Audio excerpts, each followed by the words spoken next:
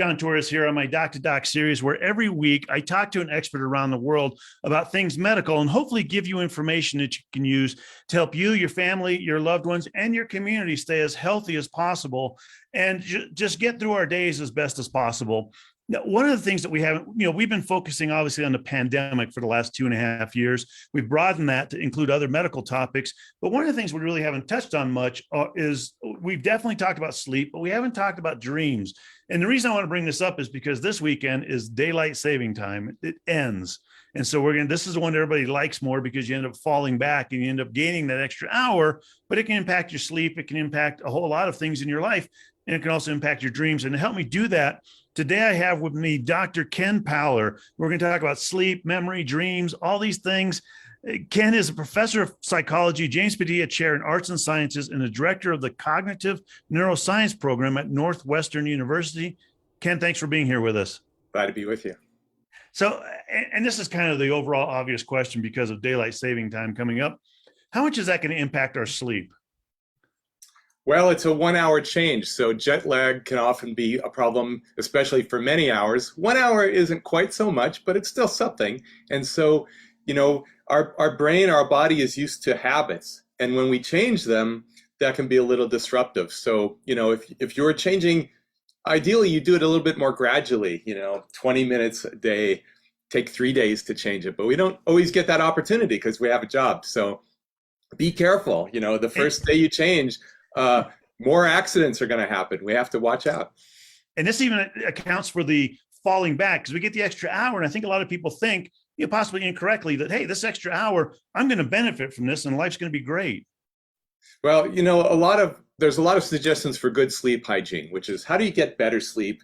What are the things you should do? And one of the suggestions is to go to sleep at the same time every night, wake up at the same time in the morning, 7 days a week, not 5. And so that keeps that habit going. And so that's a general recommendation. So it's kind of funny that we switch that out by this time change that we go through twice a year, at least at the moment. Maybe that'll not be true someday. One of the things that when I went to med school in the 90s, if we talked about sleep, which I'm sure we did, we probably talked about it for 3 minutes. In the 4 years of medical school, it wasn't much we touched on other than, what to do if somebody has insomnia, talk about sleep labs, those kind of things. But we've learned it's a problem in psychological research where I am. We have all these things we study: memory, language, social interactions, and we only talk about the 2/3 of the time we're awake. What about that other third? It deserves more time. And that's the important thing is we found out that sleep is so much more important, not just to our mental health, but to our physical health as well. And so what happens at night when we sleep? I guess that's the big question. Well, it seems like our brain just goes off, like when you shut down your laptop and it just sits there and does nothing for the time it's off. But our brains aren't like that. So even though it seems from our point of view, maybe you have a great night of sleep and it's like you just wake up after nothing happened, your brain has been on the whole time. And it's doing things, and we're starting to learn more about what those things are and how they're important. And since I focus in my research on memory, I'm pretty interested on how the processing of your brain during sleep influences what memories you've stored and how they change over time. And, one of the things you're bringing up a great segue here, because one of the things I want to talk about are dreams. And that's one of the things we tend to talk a lot about, but from a mental health perspective, we don't really focus much on it. How important are dreams? Yeah, people do love to talk about their dreams, right? I mean, have you had an interesting dream lately? I mean, it's fun to talk to people about it because it's so creative. We have all that creativity, like we could write novels about all the things that our brain somehow creates without us trying to do it.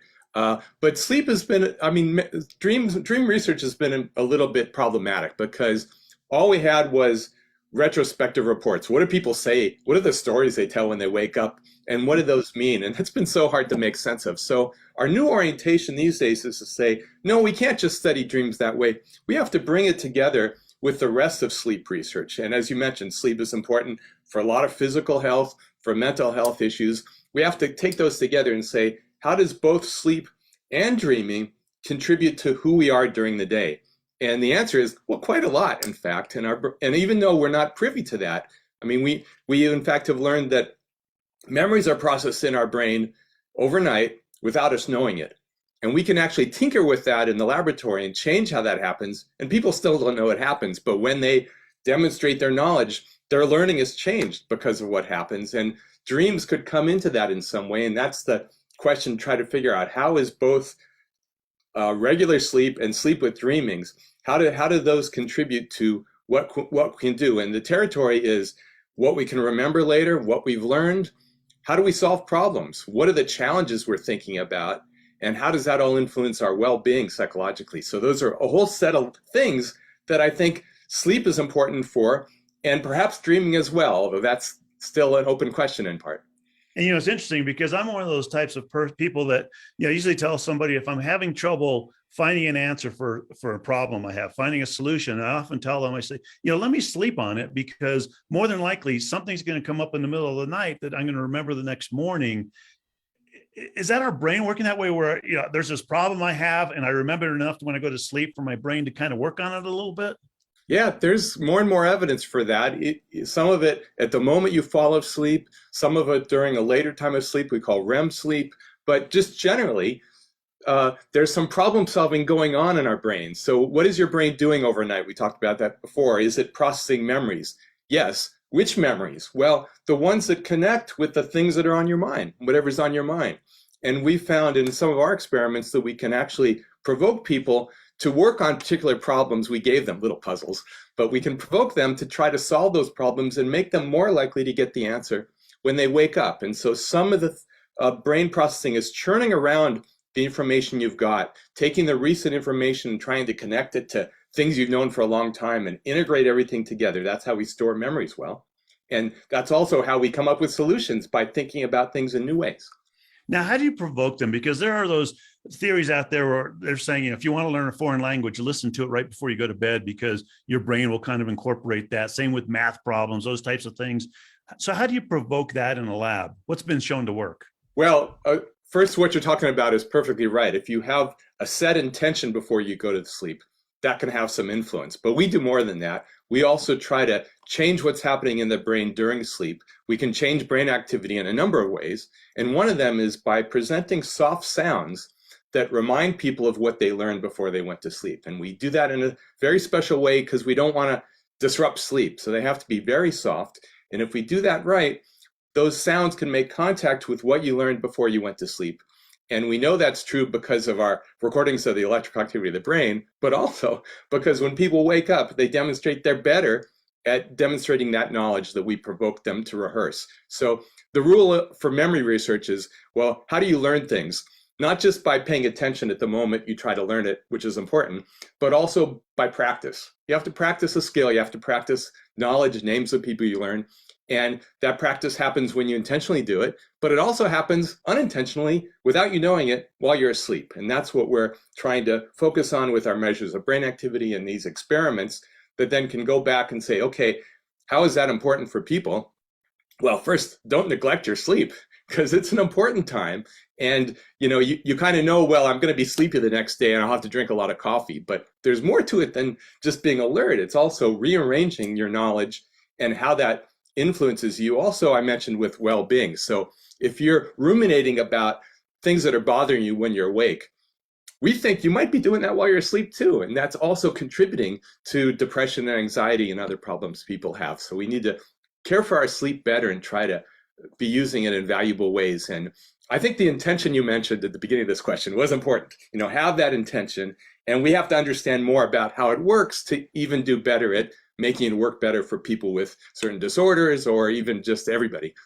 And Ken, you bring up a great point, because you talk about how that, we ruminate on things. Sometimes we think about them, and that could also contribute towards mental health issues, because we ruminate on so much that it can interrupt our sleep. Even our dreams could be processed differently.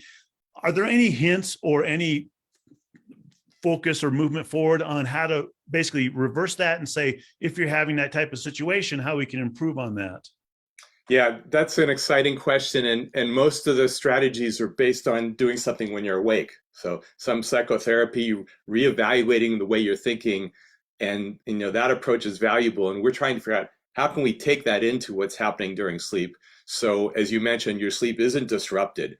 And one other example of that is people with nightmare disorders. So if you have recurring nightmares, it's messing up your sleep, and it's because maybe there's some trauma that's coming back and you're not working it through. So we want to figure out how to work that through. And there's some new studies. One just came out last week from a group in Geneva showing that if you use a standard therapy, it's called imagery rehearsal therapy, and you try to imagine your nightmare going in a good way instead of the usual way. And we can reinforce that during sleep with these special methods as well to make that work better. So that's an example of one type of problem, having a nightmare, that we think we want to approach, and we want to expand that to other things like rumination too.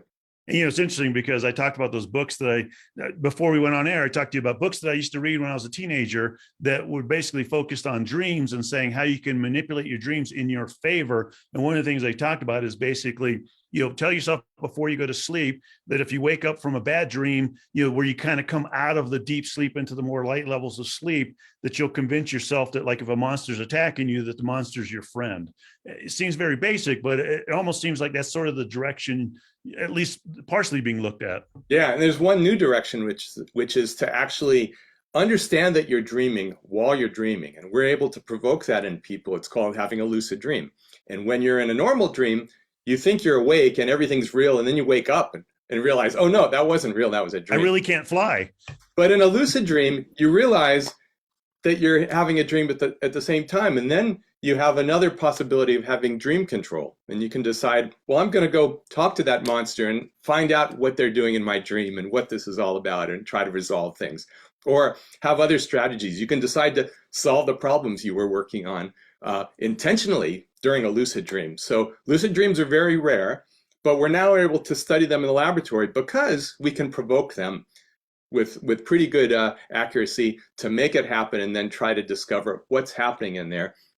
One of the other things we're doing now, I'll tell you just briefly, is we're teaming up with some Tibetan Buddhist scholars and contemplatives who use methods in their practice, and have for hundreds of years, to engage with the dream, become lucid in the dream, and then experiment with it, and then do certain transformations and other strategies that they can get insights from that in the dream, and then bring them back to their waking reality and understand and be healthier mentally in their waking reality. So we're looking at how that's done and how we can do it with our scientific methods and measuring EEG activity. So it's a great sort of Buddhism science dialogue that's going on with some visitors we have right here at the moment, to try to understand what that is and what we can learn about it, then hopefully apply it in ways once we understand more about what happens. Well, that's great. Now, here's a question I get often from people is, how come sometimes we remember our dreams very well and we can remember them throughout the next day, and other times they fade within minutes of us waking up? Yeah, some people say they don't dream, but of course everyone's dreaming. We're just not remembering many of our dreams, and most of us hardly remember any of them. And I think one of the answers to, well, why do we remember some, is because if you wake up right in the context of a dream, like right in the middle or at the end of it, then it's available in your brain, and you can bring it up in your waking consciousness and then store that information. So what you have to do is, when you wake up, let that dream come into your mind. Most of us, when we wake up, if it's the alarm clock or naturally, we get going with our day and we start thinking about, okay, or we go straight to this today. Yeah. But if you don't do that and just sit with your mind and your eyes closed for a bit, you can remember the dream better. So the point is, if you have poor sleep and wake up a lot, you're going to remember more dreams. But if you have good sleep and don't wake up, you can still work on remembering them better if you want to. And I'm not suggesting that's a good idea. I'm still unsure about whether remembering your dreams is important, because I think the value of dreams might happen whether or not we remember them. So you're having dreams, you're, as you said, sleeping on it, turning things around, and that could be of value. And whether you remember it in the morning may not be as important. It's interesting too, because I've heard that from many people, that I haven't dreamed in 3 years. I haven't dreamed in a long time. But what you're saying is, yes, they still do dream. They just don't remember those dreams. Exactly. What do dreams tell us? Well, humans have been analyzing their dreams with that question in mind for a long time. And I think that can be valuable. I mean, if the analysis of dreams can perhaps lead to useful information, but I don't know that they necessarily tell us anything. And I think my answer to that question is more, well, the study of dreams can tell us things. And why is the brain doing this stuff? And what is it about? And how does it relate to our waking reality? So it's not so much interpreting what the meaning of his dream is, but understanding, well, how do dreams fit in with what our brain's doing overnight? Why is it so busy? Why isn't it just resting? No, it's doing all these things. And there's some benefit from doing that we can try to understand. And furthermore, sometimes it's not working well. Sometimes it's maladaptive, like in the nightmare question. And how can we make it work better by understanding it better? So I think that's a big part of sort of understanding dreams. And kind of another message is, when you're in a dream, you're in a reality that seems totally real. And there isn't any sensory input. I mean, nothing's coming in. Your brain is producing that whole thing. So it's sort of fascinating to think that when we're awake, it seems totally different. Like, well, now I'm sensing the world and reality, but it's still the same phenomenon. Your brain is creating this whole thing for you, constrained a little bit by what your sensory input is. But our waking awareness isn't that different from our sleeping awareness. In fact, that's why we confuse them and think a dream is a waking experience, because they're so similar. I've so known the same brain mechanisms are really at work in both cases. There's been times where I've nodded off on the couch watching TV, and I've had what seemed like a half an hour dream, but I know only nodded out for like 2 minutes. Time sequence is different? Well, in some cases, we've been able to ask that question. For example, during a lucid dream, in some experiments by Stephen LaVerge shows that if you have someone count to 10 in a dream, and it's a dream that they know it's a dream, so they actually can signal out from the dream with eye movement saying, okay, now I'm starting to count. Now I finish counting. It's still about 10 seconds. Oh, interesting. Okay. Time seems to be normal. And we're doing some things in my lab like that too, where we have people signal to us what's happening, but we also ask them questions, because we can talk to them very quietly, ask them, what are you dreaming about right now? Tell me what you're seeing. And they can, with coded answers with their eye movements or with muscles or their respiration, give us answers to the questions we're asking. And this is adding to how we can study sleep and dreaming. So why I think the science of dreaming is going good places in the future is because we have these added methods now to try to make sense of dreams at the moment the dream is happening, not just waiting till people wake up, but at the moment, looking at their answers to our questions, what's happening in your dream right now, and what's the brain activity at that moment in time. And you mentioned this more than one time during the conversation about dreams and memory and the connections there.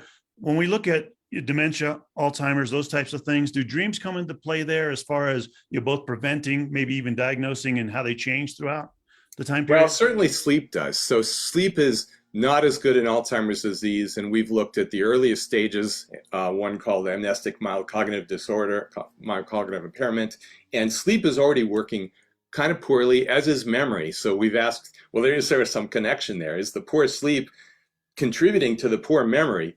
And is it contributing to some of the disorder that patients have? And importantly, and can we improve sleep and get some benefit for people? So I think these are important strategies. How is sleep part of the whole degradation of brain function that is happening in more extreme cases in some patients, mildly in all of us, as we don't sleep quite as well as we get older, and it's sort of like our sleep actually may be pretty good, but it might seem a little different, and our some of the signals, like the slow waves, decline in amplitude, and so we're trying to understand how is that working. And another fascinating idea, since you brought up Alzheimer's disease, is amyloid is a problem, plaques and tangles in the brain, and maybe we can get rid of that amyloid. In fact, maybe sleep is one of the ways that happens. And if that mechanism isn't quite efficient, that might be leading to more trouble. And so that's an exciting hypothesis that people are looking into, that, maybe good sleep is really, really important in those cases when it's not clearing our amyloid as well. And the answer isn't quite out on that, but it's an exciting possibility. And one of the big things I know a lot of people, myself included, often use a white noise machine, either white noise, pink noise, brown noise. And you've talked about, dreams, good dreams being important to our mental health. Does that interfere with dreams? Well, I wouldn't recommend certain sounds. For example, I wouldn't recommend having your TV on during sleep, even if it's the NBC News. I would say, turn your TV off, because those sounds, you might think it's masking something that's going to bother me, but those sounds are getting in, they're getting processed by your brain, and you'd like to try to be sure, well, what sounds do I want in? And if you want white noise, no problem there. That's not sort of information content. So it's just an additional background noise, and if it helps you sleep, that's great. And that's what we do in our experiments, actually. We have some noise being generated so we can insert some particular sounds on top of the noise. So I'm totally good with noise, and you kind of get used to it. That's a funny thing is if you live in a noisy neighborhood, that's true. Your brain is used to it, and it's sort of, you're allowed to sleep during it because it's kind of tuned out in a sense. But that doesn't mean it's not getting processed in your brain. So I think that the tuning out is a useful thing, habituation, but it's also perhaps influencing things. So be careful what you've got on while you're sleeping. And unfortunately, we don't have much time left. I'd love to talk to you for hours and hours about this because this is a subject that really interests me. But what message would you give to viewers when it comes to their dreams and just kind of, a hopeful message? Well, I'm fascinated by the idea of lucid dreaming and how we can use that, how advanced practitioners are using that. But that may not be for everybody. So I kind of think if you want to disregard your dreams, go to it, but don't disregard your sleep, because sleep hygiene is very important. And I think I have a graphic for you that you're going to put on Facebook that has just the standard advice about, don't get too much light at the end of the day. Get good light in the morning. Keep your circadian rhythms going. And so pay attention to all the things you can do to get good sleep and how it's going to benefit you when you're awake. And if you want to look at your dreams too, it's a fascinating world. And telling your friends about your dreams is so much fun. So going into your dreams and thinking about what they provoke in you personally, and in that sense have some meaning, go to it if that's something you'd like to do. It's a great fun. And I think a lot of people think they're not very creative, but judging by their dreams, we're all creative. It's just a matter of when and how. Exactly. Yeah. Well, Ken, thank you very much. This has been a wonderful conversation, and definitely want to keep this conversation moving going forward. But this is Dr. Ken Powler talking about sleep, dreams, memory, things I think that, as you mentioned, a third of our life is spent in that time period. He's the professor of psychology, James Padilla Chair in Arts and Sciences, and the director of the Cognitive Neuroscience Program at Northwestern University. Dr. Ken Powler, thank you very much for being here with us today. Thank you so much. It's been great.